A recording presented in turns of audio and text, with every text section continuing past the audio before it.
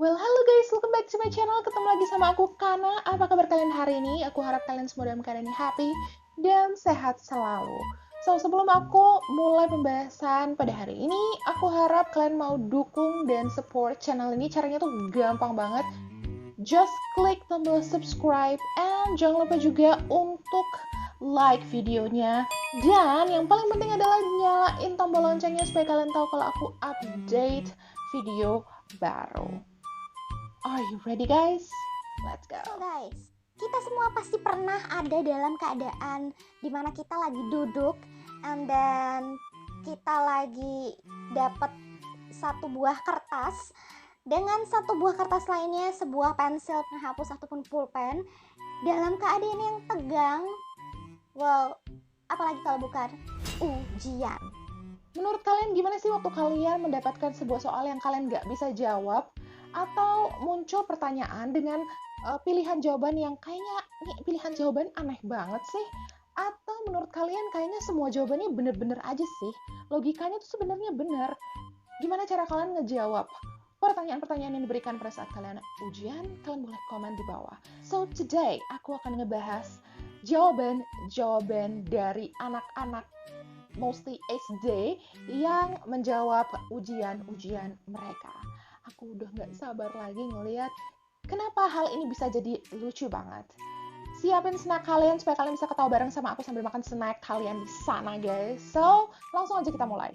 So, gambar yang pertama, ini itu dari siapa? Gak ada namanya. Tapi di sini kalian udah bisa lihat di layar kalian kalau ada soal, ada gambar ghost-nya gitu. Kayak ghost-ghostan segala, coba. Haunted house, subtracting. There were 4 ghosts. Di sana ada 4 hantu ya. Dan 1 ghost flew away. Dan satu hantunya itu terbang. Hilang gitu ya. How many ghosts are left? Berapa hantu yang tersisa? And you know what? Anak ini ngejawab apa? Jadinya 4 kurang 1 sama dengan 0. Because ghosts are not real.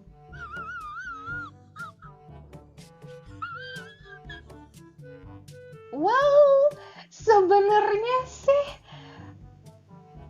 jadi gini guys, ini sepertinya ini tuh sepertinya soal dan jawaban yang sebenarnya di luar batas kemampuan aku dan mungkin di luar batas kemampuan yang nyari materi ini. Mungkin ini adalah soal, you know, like belief or disbelief ya, kayak aku tuh percaya sama ghost tapi dia nggak percaya sama ghost. Jadi mungkin ini persoalan kepercayaan, makanya bisa jawab soalnya kayak gini. Makanya bagi kalian, nih aku saranin buat guru-guru matematika di luar sana, cobalah cek kepercayaan anak-anak murid kalian sebelum kalian kasih soal kayak gini. Mungkin aja dia nggak percaya sama yang namanya ghost, ya wajar-wajar aja dia jawabnya kayak gini, ya menurut dia ghost itu nggak ada. Iya kan? Well, menurut kalian ghost itu ada nggak sih? Sampai bisa dijadiin soalan kayak begini. Next. Oke, tadi soal yang pertama aja udah membuat aku cukup stres, ya kan? Yang kita tahu yang namanya anak kecil itu mindset-nya, cara berpikirnya, point of view-nya itu sangat-sangat simple sekali. So, kita lihat jawaban anak yang kedua. Di layar kalian udah bisa lihat, di sini ada pertanyaan nomor 7 yang menanyakan bahwa what do you think is the best solution to overpopulation? Apa yang kamu, menurut kamu apa sih saran yang paling baik untuk mengatasi overpopulation atau populasi yang terlalu banyak yang sedang terjadi?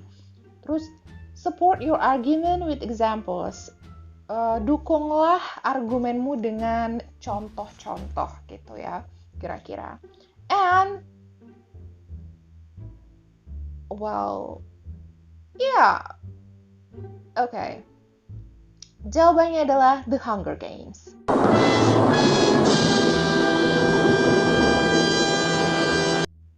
Wow. Well, yeah. kira-kira ini soal buat anak kelas berapa ya? Dan aku tuh pengen tahu banget yang jawab soal ini tuh siapa. You know what? Because, well, apa yang ada di pikirannya sampai-sampai mau ngebuat Hunger Games? Please, siapapun dari kalian yang tahu siapa anak yang menjawab soal seperti ini, please, jangan jadikan dia president. It will be dangerous. So, seperti yang udah kita tahu bersama, bagi kalian yang suka nonton film, pasti kalian tahu yang namanya film The Hunger Games. Kalau kalian tahu The Hunger Games, pasti kalian tahu maksud dari jawaban anak ini. Dan aku sangat pengen tahu banget, ini soal untuk anak kelas berapa sampai-sampai dia bisa ngejawab The Hunger Games. Berarti anak ini tuh udah ngerti banget film The Hunger Games itu tujuannya apa. Ya nggak sih? Ya nggak sih? Berarti dia ngerti gitu loh. Tujuan The Hunger Games itu adalah untuk mengannihilate orang-orang yang tidak memiliki. Oke. Alright, anak ini cukup menyeramkan bagi aku. Oke. Bagaimana menurut kalian tentang gambar kedua ini? Komen di bawah. Next. Gambar ketiga. How would you make a marriage work? Bagaimanakah kamu membuat sebuah pernikahan itu berjalan dengan langgeng, gitulah ya kira-kira.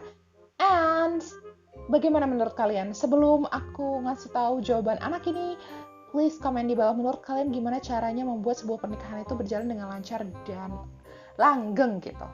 Jawab sekarang. I give you 5 seconds. Alright. Sekarang kita lihat apakah jawaban anak ini. Tell your wife she looks pretty even if she looks like a dump truck. Bilang sama istrimu kalau dia itu terlihat cantik meskipun dia seperti a dump truck.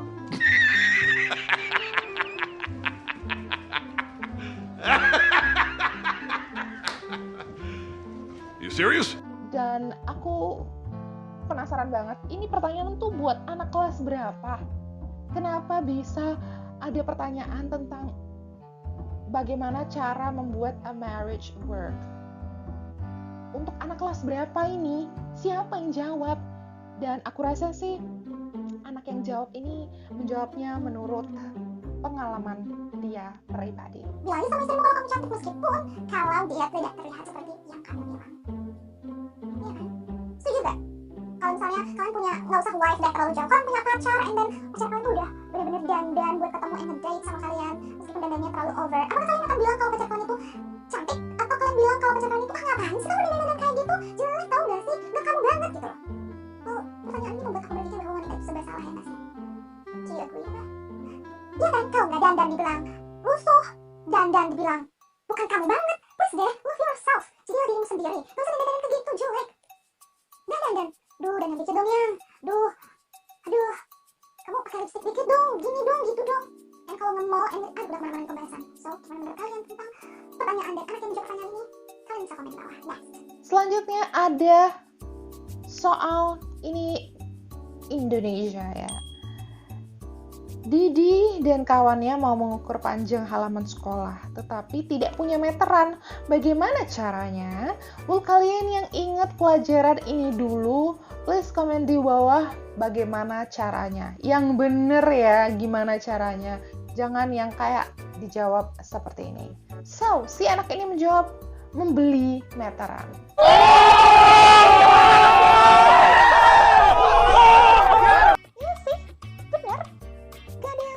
Dengan jawaban ini, ya lo guys, ya bener kan, membeli meteran, gak punya meteran ya kalau beli aja, ngapain capek-capek mikir, duh gimana ya caranya ukur gak ada meteran, aduh aku pusing sekali gak ada meteran.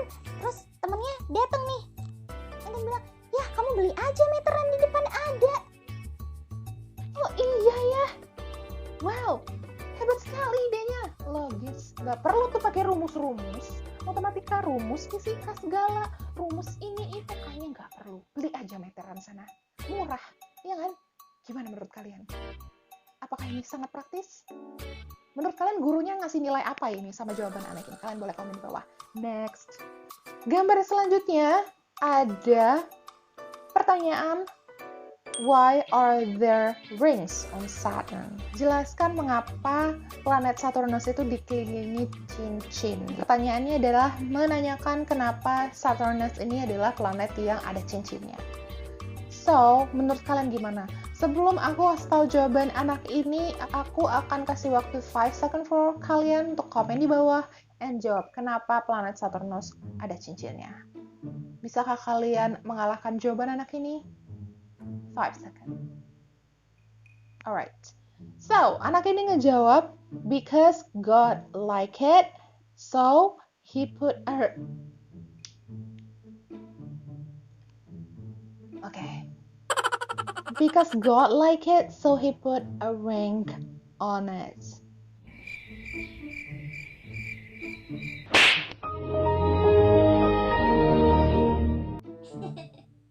Jadi jawabannya karena Tuhan itu menyukai planet itu. Jadi karena ia suka, ya dia taruh aja cincin di planet itu. Wow.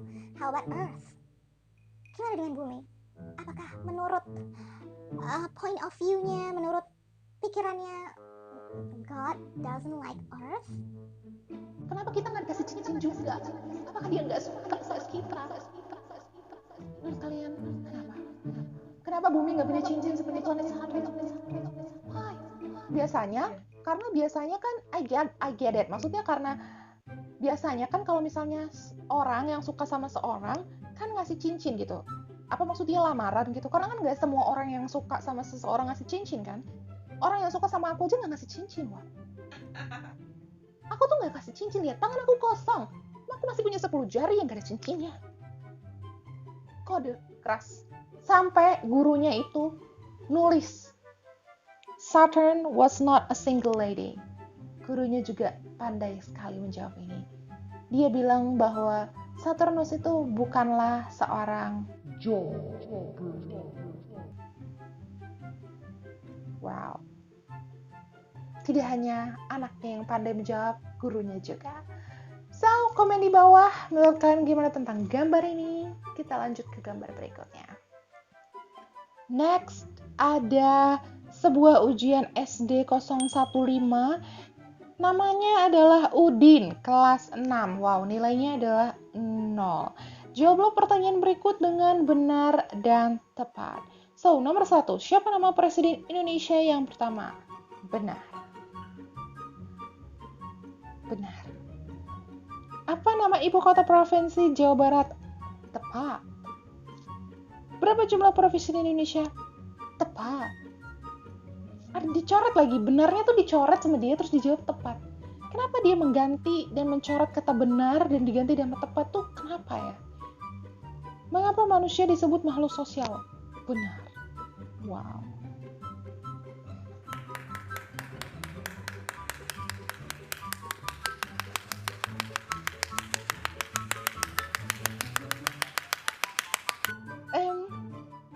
Ya sebenarnya sih menurut pertanyaan ini ya sebenarnya nggak salah sih, karena memang di atas sebelum soalnya itu ada dikasih pernyataan, jawablah pertanyaan berikut dengan benar dan tepat. Benar dan tepatnya tuh di caps lock sama gurunya. So mungkin aja anak yang sangat-sangat berpikiran very very simple ini langsung, oh iya ya, dia kan jawabnya benar dan tepat. Wow, aku akan jawab benar dan tepat saja. Wow. Seandainya kalau semua ujian kayak gini dari dulu, kita cuma jawab benar dan tepat saja, nggak ada yang salah lah. Benar dan tepat. Sepertinya Menteri Pendidikan tidak akan harus pusing-pusing mengenai mengadakan UN atau tidak. Iya kan? Kita nggak perlu pusing-pusing. Menteri Pendidikan nggak perlu pusing-pusing untuk, aku adakan UN apa enggak ya? Aku tiadakan UN apa enggak ya? Nggak perlu pusing-pusing kayak gitu kalau jawabannya kayak gini. Iya kan? Aku kok mendadak sedih ya. Kenapa dia mencoret kata benar dan diganti tepat? Apakah perbedaan benar dan tepat itu? Apakah yang ada di dalam pikiran D. Udin ini sehingga menjawab benar terus dicoret, kayaknya tidak benar deh, kayaknya itu jawabannya tepat deh. Komen di bawah. Next. Ada a cute letter by a little boy.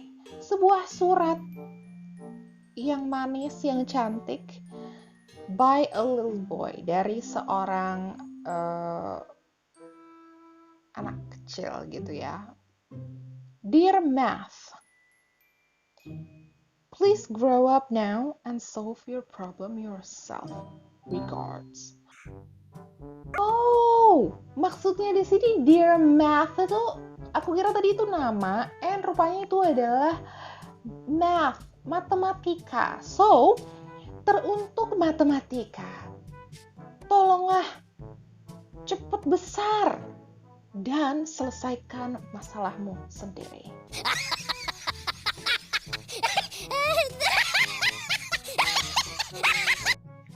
Cool, man. Wow, siapa yang nulis surat ini? Ini pasti dia tuh udah kayaknya segerem-geremnya, gerem banget sama yang namanya math ini, sampai-sampai dia buat surat kayak gini. Padahal suratnya ini kan a cute letter, ya kan? A cute letter, cute. Ini kenapa dia malah mencurahkan isi hatinya mengenai math? Hey, dear math, please grow up and solve your problem yourself. Hey matematika, cepatlah kamu besar, supaya kamu bisa nyelesain masalahmu sendiri. Pusing nih aku, gitu. Jadi, maksudnya dia nyuruh matematika itu tambah besar supaya dia bisa nyelesain masalahnya sendiri. Ya kayak orang dewasa gitu ya kan. Kalau orang dewasa tuh kan kayaknya bisa menyelesaikan masalahnya sendiri gitu. Beda sama anak kecil. Jadi dia berpikir kalau math itu adalah seorang anak kecil. Sama kayak dia. Tapi bagi kalian yang kalau misalnya kalian punya pikiran lain mengenai a cute letter by a little boy ini, kalian boleh komen di bawah. Kalian bisa jelasin ke aku maksud dari surat Dear Math ini.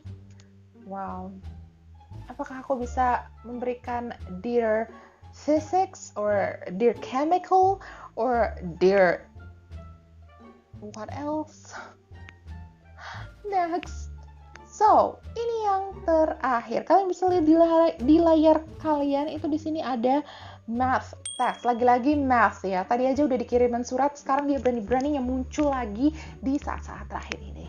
So, 1, Bob has 36 candy bars. Jadi Bob memiliki 36 permen. He eats 29. Dia memakan 29 dari permen-permennya itu. What does he have now? Berapa yang dia miliki sekarang? Dan jawaban anak ini adalah diabetes. Bob has diabetes.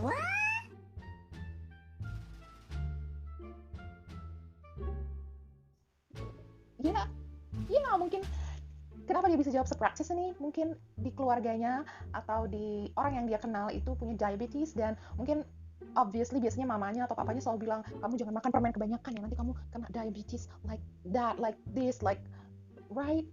Iya, ini jawaban yang so smart. Ini jawaban yang emang bener sih, logis. Makan permen banyak-banyak ya pasti menambah gula di tubuh kamu, di darah kamu, dan itu tidak baik. Dan so simple. Enak ya punya pikiran yang sangat-sangat simple seperti anak-anak kecil ini. Kalau kamu ditanyain A, kamu jawabnya A. Ini ditanyain B, kamu jawabnya B. Not like adult. Adult kamu ditanyain A, kamu bakalan jawab A, B, C, D, E, F, G, H, I, J, K, L, M, N, O, P, Q, R, sampai Z. So, enak ya jadi anak kecil bisa ngejawab pertanyaan-pertanyaan ini dengan praktis sekali. Dan so, gimana menurut kalian tentang gambar-gambar dari jawaban-jawaban test dari anak-anak ini? Enak banget jadi anak kecil, guys. Kalau misalnya kita semua punya pemikiran yang so simple ini, even we are adults, apakah yang akan terjadi di dunia ini? Apakah dunia ini juga akan berubah menjadi sangat simple sekali? Like, kalau kita nggak suka sama suatu mata pelajaran, ya kirim surat aja lah ke dia, ya kan? Nanti pasti dia bisa menyelesaikan masalahnya sendiri, dan mungkin aja matematika itu akan menjawabnya. Bales suratnya, ya kan? Dan bilang, oke, aku bakalan sering olahraga, sering minum susu, bobo yang rajin, belajar yang rajin, jadi aku bisa cepat besar dan menyelesaikan masalahku sendiri. Right? Kalian komen di bawah tentang jawaban-jawaban dari anak-anak ini. Mungkin karena aku ini adalah orang dewasa dan kalian yang menonton juga kebanyakan adalah orang-orang yang udah dewasa. dan menganggap bahwa jawaban ini adalah jawaban yang sangat-sangat simpel dan sangat-sangat praktis ala anak kecil. Tapi bagi mereka yang ngejawab pertanyaan-pertanyaan yang udah dikasih ini adalah sesuatu yang sangat-sangat sulit dan sangat-sangat ribet gitu loh ya, untuk memikirkan jawaban yang benar dari pertanyaan-pertanyaan yang diberikan. So, thank you banget bagi kalian yang udah nonton video ini. Jangan lupa untuk dukung dan support aku terus. And see you on the next video.